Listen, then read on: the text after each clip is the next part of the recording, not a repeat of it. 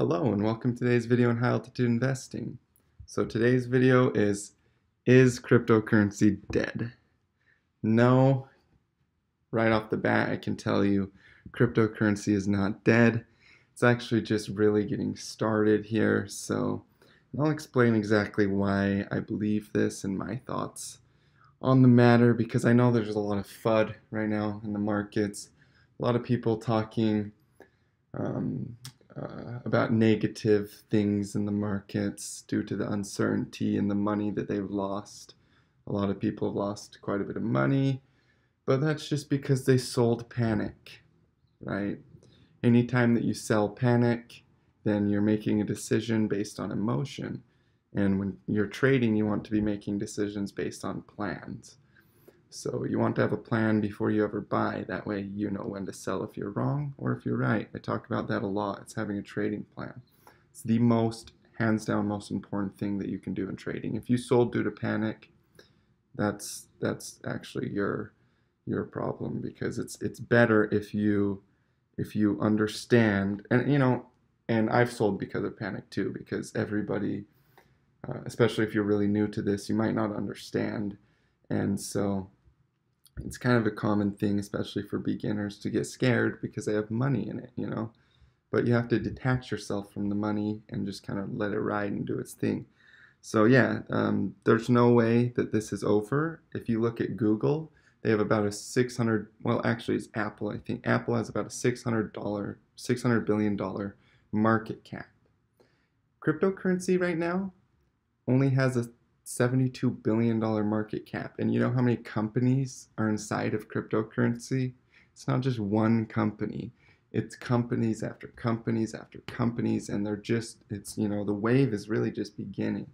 So when we actually have, huge establishment of multiple companies and infrastructure, and they have tons of employees and solid roadmaps, and they're profiting off of this, then we'll really see what cryptocurrency market capitalization could look like. And it could easily be 10x. It could easily be $1 trillion market cap. We are just barely getting started in this. If you think that $100 billion market cap is where crypto ends, then you might want to kind of reconsider just how new this really is. I mean, yes, Bitcoin's been around since like 2009, right? But nothing has really been serious in the cryptocurrency world until this year, because this is when things really started to take off. I mean, yeah, you heard some stuff about Bitcoin, but everybody thought it was for drugs and nobody trusted it. But if you really think about it, this is when the movement has started. And it's just started. And until we hit a serious number that is just unfathomably high, I don't see any real danger in holding these coins through this dip. So yeah, although we did go up to about $110 billion, we're already back down to the $75 billion mark. And I think we're headed to bounce around the $50 to $60 billion mark here, kind of where we broke out of last time, right here. Do you see how this channeled up and then it just kind of side trended, and then boom, it broke out of the $57 billion mark and really started to take off here. Pulled back, made an ascending triangle formation. This is when I really started to buy like Ripple and all these different coins during May, and then $8 billion went into Ripple during May, and I made quite a bit of money off of that. Shout out to anybody that traded the Ripple pump with me. That was fun. And then it kind of came up to the 100 billion, 112 billion, and people started getting scared. They're like, oh wow, if you look at the market cap, they see that it's really high. And when stuff gets really, really high like this, it's clear up here, you could imagine. Let me just pull back a little bit here. If the market cap's clear up here, everybody's going to be really, really scared. Look how high that is, right? So, based on fear, anybody that doesn't have the proper education and trading could sell there, would start to sell. And, if it's part of your plan to sell right there, totally okay. In fact, I cashed out a lot into Tether up here at the top. But that was my plan, to cash into Tether. It wasn't based on fear. And then people started really getting scared when they saw this. Specifically like right here when it dropped below like the triangle formation in Bitcoin. Everybody thought it was a magic triangle. Let me tell you something about triangles. They don't mean anything. They can mean something if it's the right triangle, but that one was obviously a false triangle. Um, it just fell through. It was a pennant formation, it fell through, and now we're in a bullish flag formation, which I'll show you here in a second. So I have my buy orders on Bitcoin specifically. Let's go check this out. In the 100 or the 1800 to 2000 range, majority of my buy orders are right on the $2,000 mark. That's because it's just above the 618 Fibonacci here. So the way that I drew my Fibonacci is from when we broke out of this major resistance here, down at $1,200, $1,274. So we can see this breakout pattern where the move really started to happen. And then I drew my fib up to the top, and the 618 is where I look for a bounce right here. That's usually a solid entry point. So yeah, I have my buy orders on Bitcoin down at the 618. Even though there's a ton of FUD for August and blah, blah, blah, I don't listen to the FUD. I literally only trade chart patterns because it works for me. And also FUD can be really emotionally manipulating in ways. They are pretty damn convincing when they start to tell you that Bitcoin is dead. Let me tell you, because you've already lost money. And so if they start to tell you that it's dead and you've already lost money, it can be really scary. But if selling out of cryptocurrency right now is literally the worst mistake you can make in my eyes, because this is a shakeout. It basically just shakes out anybody that isn't strong enough to hold through the dip. I'm holding on anything that is too bad of a risk to reward for selling, meaning that it's very unlikely that it drops much lower before it bounces. So it's way more risky to sell this low than to wait for a bounce. So that's kind of my logic there, and also the logic of other professional traders. But yeah, this is providing extremely good entries, you guys. And if you go look at the cryptocurrency like altcoin markets, they've gotten a lot closer to bottoming out than Bitcoin. In fact, some of them already have. Digibyte and Stratus both look like they've hit official bottoms. Extremely oversold, but this is just the way it works. The market goes way high one way, and then it goes way low the other way. So you just have to know how to kind of be prepared and prepare yourself for that type of movement. These markets could drop a little bit lower if Bitcoin goes ahead and drops down to like the 1800 range, 1900 range right here. Then they might drop one more time, but this is going to be basically we're bleeding out of the blood, right? It's the final panic in coming in right here. So yeah, this is a shakeout in official terms. It's shaking out all the noobs, which, you know, it's really common. Like I said, I've been watching these cryptocurrency markets for a long time. This is the first time I've ever seen a shakeout across the entire market capitalization.